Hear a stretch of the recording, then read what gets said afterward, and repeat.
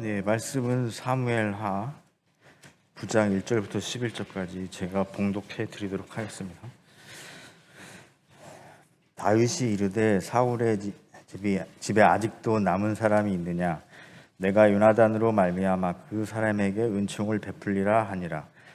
사울의 집에는 종 한 사람이 있으니 그의 이름은 시바라. 그를 다윗의 앞으로 부르매 왕이 그에게 말하되 내가 시바냐 하니 이르되 당신의 종이니이다 하니라. 왕이 이르되 사울의 집에 아직도 남은 사람이 없느냐? 내가 그 사람에게 하나님의 은총을 베풀고자 하노라 하니 시바가 왕께 아뢰되 요나단의 아들 하나가 있는데 다리 저는 자니이다 하니라. 왕이 그에게 말하되 그가 어디 있느냐 하니 시바가 왕께 아뢰되 로드빌 암미엘의 아들 마기르 집에 있나이다 하니라. 다윗의 왕이 사람을 보내어 로드빌 암미엘의 아들 마기르 집에서 그를 데려오니 사울의 손자 요나단의 아들 무비보셋이 다윗에게 나와 그 앞에 엎드려 절하매 다윗이 이르되 무비보셋이여 하니 그가 이르기를 부소서 당신의 종이니이다. 다윗이 그에게 이르되 무서워하지 말라. 내가 반드시 내 아버지 요나단으로 말미암아 내게 은총을 베풀리라. 내가 내 할아버지 사울의 모든 밭을 다 내게 도로 주겠고 또 너는 항상 내 상에서 떡을 먹을지니라 하니 그가 절하여 이르되 이 종이 무엇이기에 왕께서 죽은 게 같은 나를 돌아보시나이까 하니라. 왕이 사울의 시종 시바를 불러 그에게 이르되 사울과 그의 온 집에 속한 것은 내가 다 내 주인의 아들에게 주었노니 너와 내 아들들과 내 종들은 그를 위하여 땅을 갈고 거두어 내 주인의 아들에게 양식을 대주어 먹게 하라. 그러나 내 주인의 아들 무비보셋은 항상 내 상에서 떡을 먹으리라 하니라. 시바는 아들이 15명이요 종이 20명이라. 시바가 왕께 아뢰되 내 주 왕께서 모든 일을 종에게 명령하신 대로 종이 준행하겠나이다 하니라. 무비보셋은 왕자 중 하나처럼 왕의 상에서 먹으리니라. 아멘. 헌신 찬양 314장 있으시니 목사님 나오셔서 그가 어디 있느냐라는 제목으로 말씀해 주시겠습니다.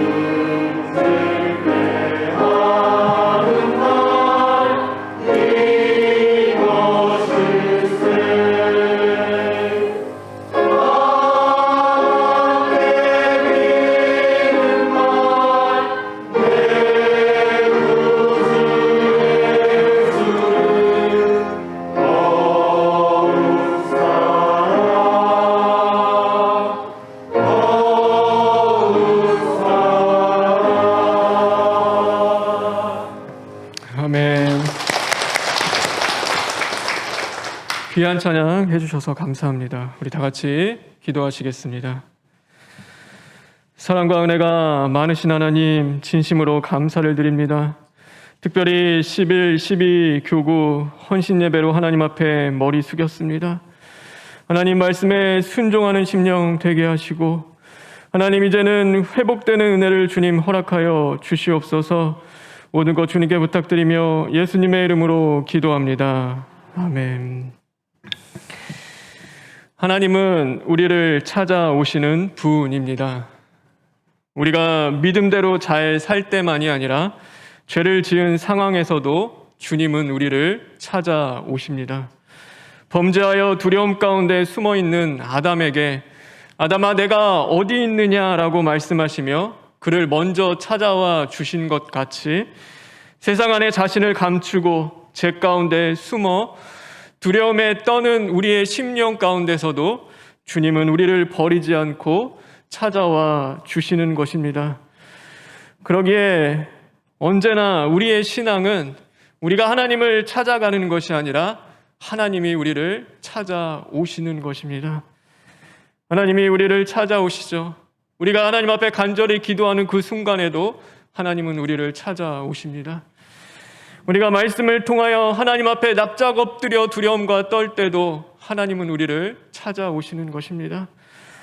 코로나의 그 어려운 순간에도 그 많은 사건과 환경 속에서도 하나님은 우리에게 찾아오십니다. 내 앞에 있는 그 사람들을 통해서도 우리를 만나 주십니다. 그 사람이 내가 미워하는 원수라 할지라도 하나님은 그 사람의 입을 통해서도 우리에게 찾아와 주시는 것입니다. 그럼 왜 이유가 무엇일까요? 하나님은 왜 우리를 찾아오십니까? 마태복음 9장에 보면 예수님이 말씀하셨습니다. 나는 의인을 부르러 온 것이 아니라 죄인을 부르러 왔노라. 하나님이 우리를 찾으시는 이유, 오늘도 우리를 찾아오시는 이유는 죄인을 사람 만들고 사람을 하나님의 백성 만들고 하나님의 백성을 거룩한 하나님의 자녀 만들기 위함인 것입니다. 우리를 오늘도 고치시고 살려서 하나님이 정말 우리에게 주시고자 하는 우리가 잃어버렸던 그 하나님의 형상, 하나님의 나라, 하나님의 기업을 우리에게 받을 수 있는 그 심령으로 변화시키기 위함인 것입니다. 그러면 누가 죄인입니까? 죄를 많이 지은 자가 죄인입니까? 그렇지 않습니다.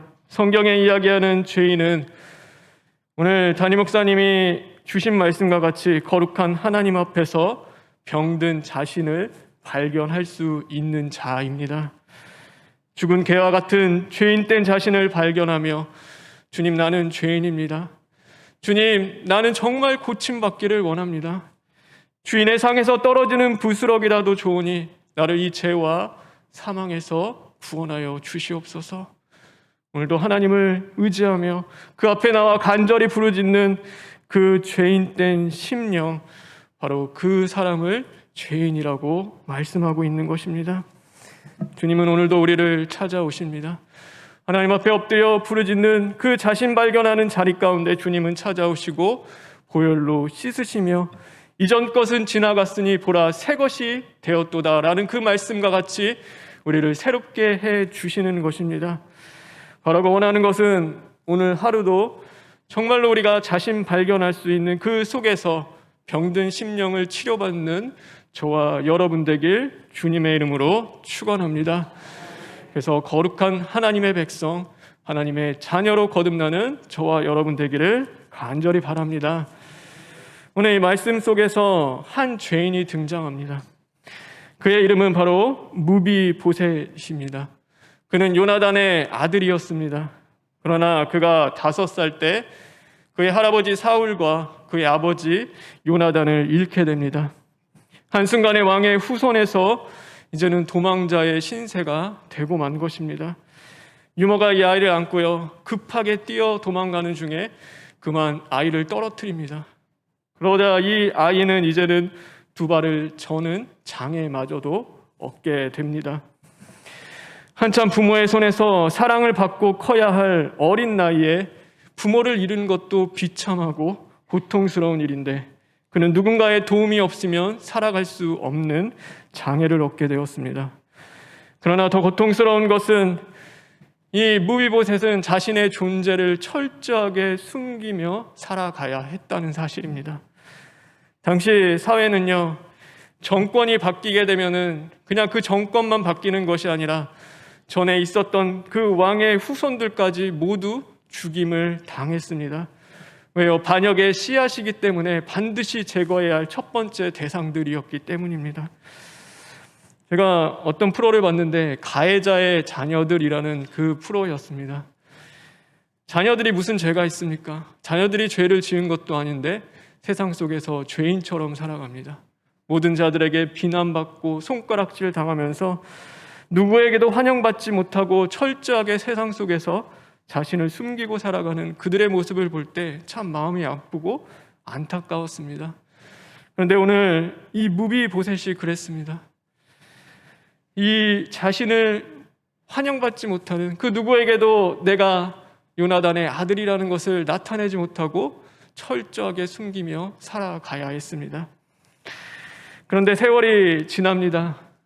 수년이 흘러서 이제는 성인이 되었고 어느 날 이 문을 두드리는 다윗의 신하들이 찾아오는 것입니다. 문을 쾅 두드리는데 이 다윗의 신하들이 들어와서 다윗이 너를 찾는다. 다윗에게 가자라고 이 무비보셋을 데려가는 것입니다. 여러분 생각해 보십시오. 얼마나 두려웠겠습니까? 지금 현재 왕이요, 몰락한 왕가의 후손을 찾는 겁니다. 그럼 이유가 무엇이겠습니까? 이제 이 무비보셋은 자신이 이제 곧 죽게 될 것이라는 것을 깨달았습니다. 내 인생이 이제는 이렇게 끝이 나는구나. 그래도 잘 숨어왔다고 살았는데 이제는 정말 끝이구나라고 그가 생각했겠죠. 오늘 다윗 왕 앞에 이 무비보셋이 나아갔는데 벌벌 떨며 그 앞에 엎드립니다. 그런데 그에게 들려오는 음성은 이것이었습니다. 오늘 말씀과 같이 무비보셋아 두려워하지 말라.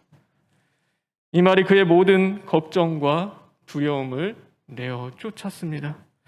그리고 또다시 음성이 들려옵니다. 내가 내 아버지 요나단을 생각하여 내게 은총을 베풀겠다. 아버지 때문에 평생을 숨어 살았던 그가 이제는 아버지 때문에 잃어버렸던 모든 명예와 땅을 회복하게 된 것입니다. 그뿐만이 아니었습니다. 오늘 말씀을 보면 항상 왕의 식탁에서 함께 먹을 수 있는 은혜를 주었습니다. 다시 말해서요, 다윗 왕의 한 아들로 이 무비보셋을 받아준 것입니다. 그의 신분이 회복되었고 그의 명예가 회복되었습니다. 식탁은요, 그의 신분만을 회복하는 자리는 아니었습니다. 매일 다윗과 함께 식사하는 그 자리에서 다윗은 이 무비보셋에게 이야기해 주었겠죠. 다윗, 그 사랑하던 너의 아버지 요나단이 얼마나 용기 있는 자였고 그의 신의가 어땠고 자신을 도와주었던 그의 사랑과 그가 얼마나 하나님을 경외하는 자였는지를 이 무비보셋은 그 식탁에서 듣기 시작합니다. 그럴 때마다 상처로 무너졌던 그의 마음과 그의 자존감은 다시금 회복되기 시작했습니다. 여러분, 오늘 이 이야기가 누구의 이야기인지 아십니까?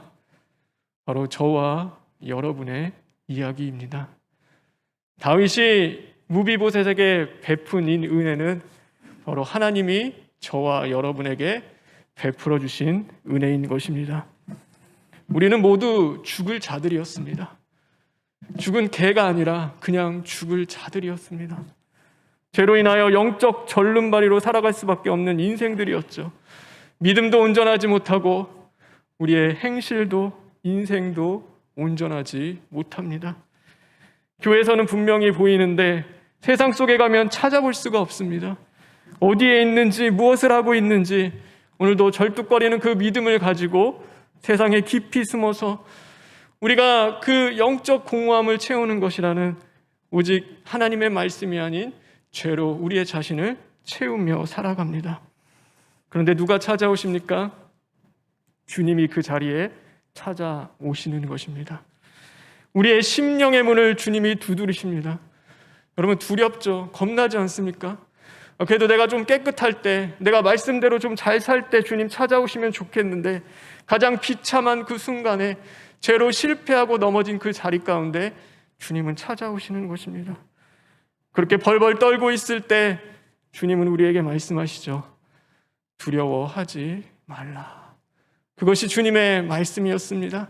예수님을 배신한 그 제자들이 방 안에 갇혀서 두려움 가운데 떨고 있을 때도 부활하신 주님이 찾아와 처음으로 주신 말씀은 평안할지어다, 두려워하지 말라라는 것이었습니다. 왜 너희들 나 배신했니? 왜 이렇게 죄를 짓고 살아가니?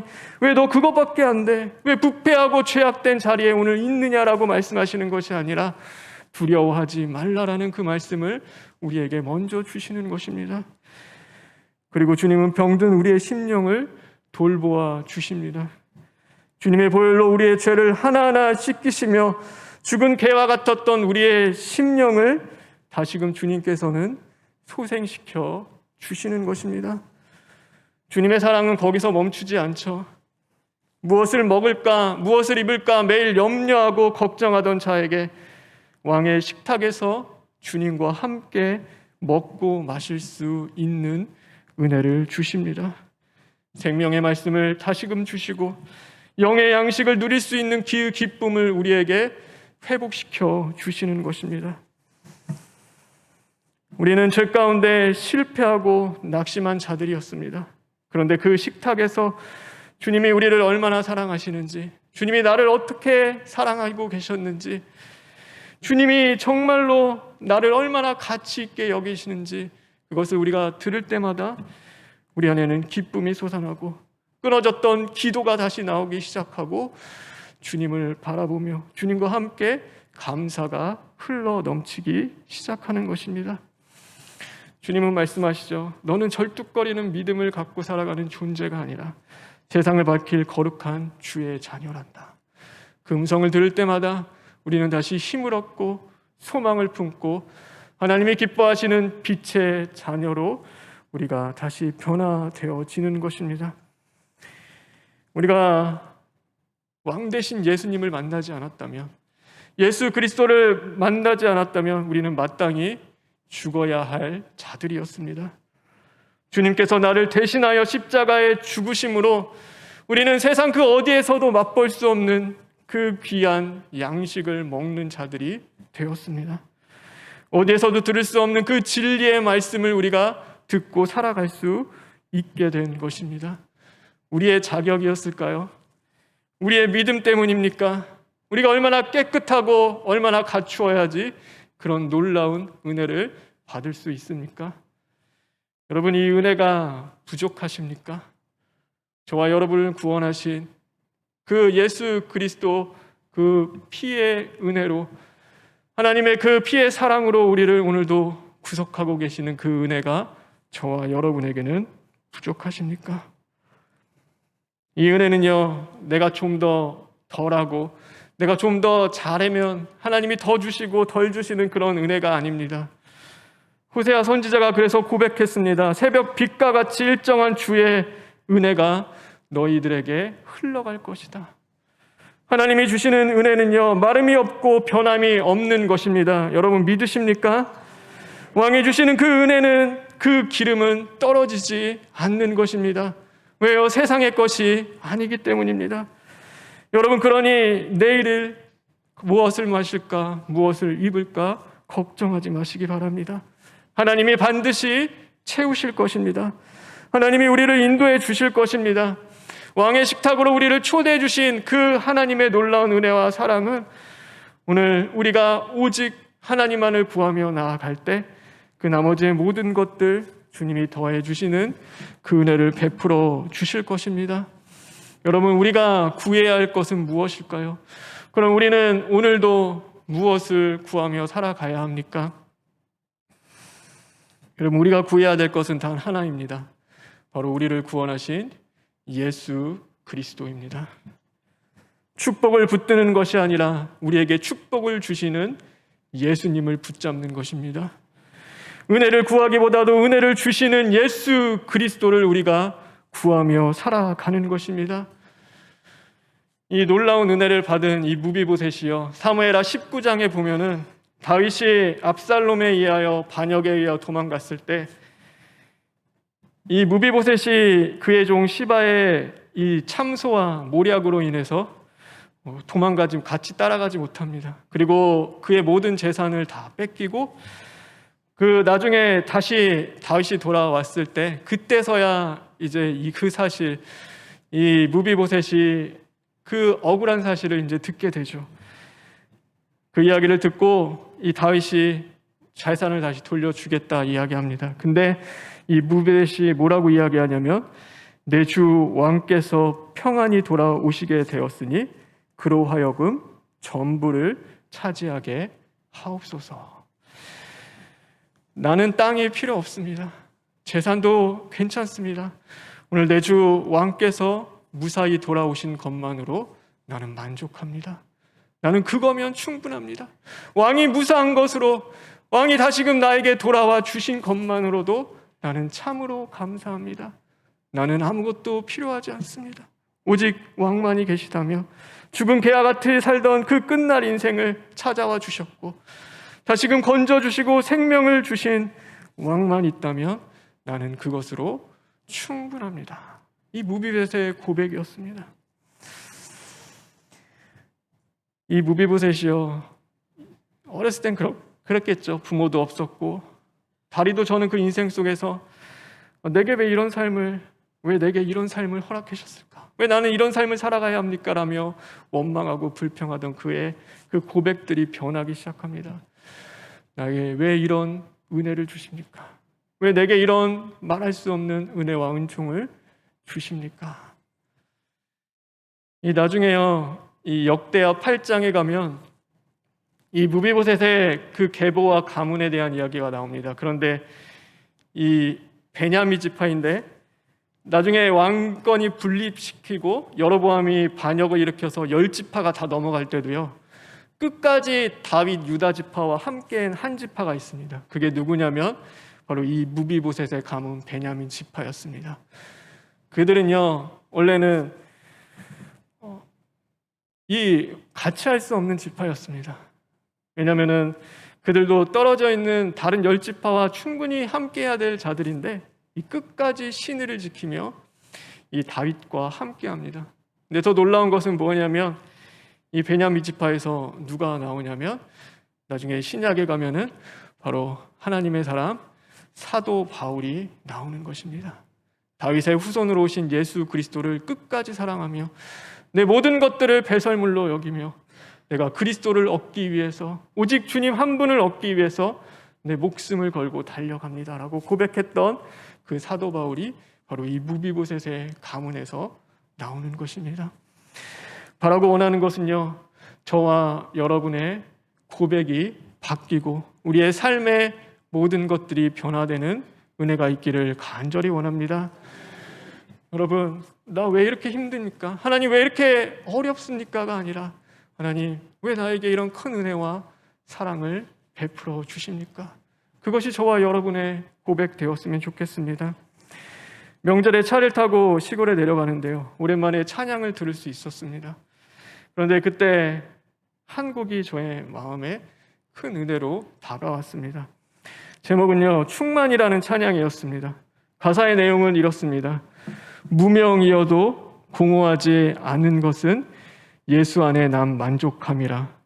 가난하여도 부족하지 않는 것은 예수 안에 오직 나는 부요함이라. 고난 중에도 견딜 수 있는 것은 주의 계획 믿기 때문이라. 실패하여도 일어설 수 있는 것은 예수 안에 오직 나의 승리함이라. 나는 예수로 충만하네. 나는 예수로 충만하네. 아내랑 그런 이야기를 했습니다. 우리 참 은혜 많이 받고 살지. 하나님 앞에도 은혜 받고 목사님들에게도 은혜 받고 성도님들에게도 우리 말할 수 없는 은혜 받고 살아간다. 너무나 감사하다, 그 이야기를 하면서 가는데 이 찬양이 들려왔습니다. 그래서 그 작은 차 안에서 이 작은 자에게 주님이 그때 찾아오시고 강하게 임하셔서 주시는 마음은 이 고백이 너의 고백되기를 원한다는 마음이었습니다. 예수로 충분합니다. 주님, 나는 예수로 충분합니다. 제 자신을 돌아보니까요, 왜 이 고백을 주셨을까라고 돌아보니까 내가 예수로 나를 채우는 것이 아니라 나로 채우고 나로 충만한 삶을 내가 언제부턴가 살고 있었구나라는 그 마음을 주셨습니다. 하나님은 나의 길이 되시기도 하고 진리가 되어주시기도 하고 생명이 되어주셨습니다. 그런데 나는 그 길이고 진리요 생명이신 예수님이 아닌 다른 것들로 내 자신을 채우기 시작했던 것입니다. 저는 설교문을 쓰니까요, 이렇게 설교를 돌아보는데 제가 이렇게 설교를 봤습니다. 설교를 쭉 보는데 예수 그리스도를 얘기한 설교보다 예수님을 얘기하지 않은 그 설교가 더 많이 있었습니다. 제가 하나님 앞에 얼마나 죄송한지요. 하나님, 내가 다른 거 다 못 얘기해도 예수가 최고입니다. 예수가 생명입니다. 예수가 나의 구원이고 영생입니다. 그걸 전해야 할 자가 제 설교문을 보는데 예수가 없는 설교가 더 많이 있었습니다. 주님이 그것을 깨닫게 해주시는데 너 예수로 충분하다. 너에게는 예수로 충분하다라는 그 말씀을 주시는데 그것이 저에게 빛이었고 생명의 말씀으로 들려왔습니다. 제가 하나님 앞에 가는데요, 제 어렸을 때 학창시절의 고백은 항상 그거였습니다. 하나님, 왜 내게 왜 이런 일들만 허락하십니까? 하나님, 왜 내게 이런 일들만 있습니까? 라며 원망하던 제 고백이 어느 때인가 보니까 하나님, 왜 나에게 이런 은혜를 베풀어 주십니까? 제 고백이 바뀌어 있더라고요. 하나님 앞에 너무 감사했는데 저는 예수 그리스도를 구하는 것이 아니라 또 예수 외에 무언가 다른 것을 구하며 살아가는 어리석고 교만하고 미련한 심령으로 오늘도 살아갔던 것입니다. 제가 정말 오늘 이 설교를 통하여 전하고 싶은 것은 예수로 충분한 삶, 충만한 삶을 살아가는 11, 12 교구 또 성도 여러분 되길 주님으로 축원합니다. 여러분, 예수면 충분하십니까? 여러분, 예수가 여러분의 부요함임을 믿습니까? 예수로 여러분 승리하시길 간절히 바랍니다. 예수로 우리 자신을 채워가십시오.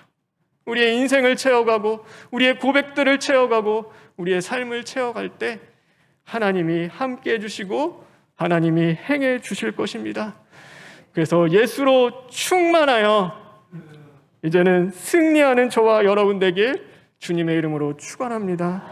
다 같이 기도하겠습니다. 하나님, 우리 안에 다른 건 많이 있었습니다. 그런데 예수 없었습니다. 하나님, 죽을 수밖에 없는 인생을 살려주시고 하나님, 내가 뭐라고 왕의 식탁에서 그 귀한 생명의 말씀과 진리를 듣게 하시고 매일 공급해 주시는 그 사랑으로 우리를 살려주셨는데 하나님, 우리는 예수 없는 삶을 살아갈 때 너무 많이 했었습니다. 하나님이 목회자가 먼저 주님 앞에 회개합니다. 예수 없이 전한 설교가 너무나 많이 있었습니다. 예수를 전해야 되는데 하나님, 내 설교에는 예수가 없었습니다. 주님, 내 삶에도 예수가 필요하고 오늘 우리의 삶에도 예수가 필요함을 믿습니다. 주님, 예수로 충만할 수 있도록 도와주시고 예수로 부유할 수 있도록 도와주시고 예수로 승리하는 삶을 살아갈 수 있도록 주님 인도하여 주시옵소서. 모든 것 주님께 부탁드리며 예수님의 이름으로 기도합니다. 아멘.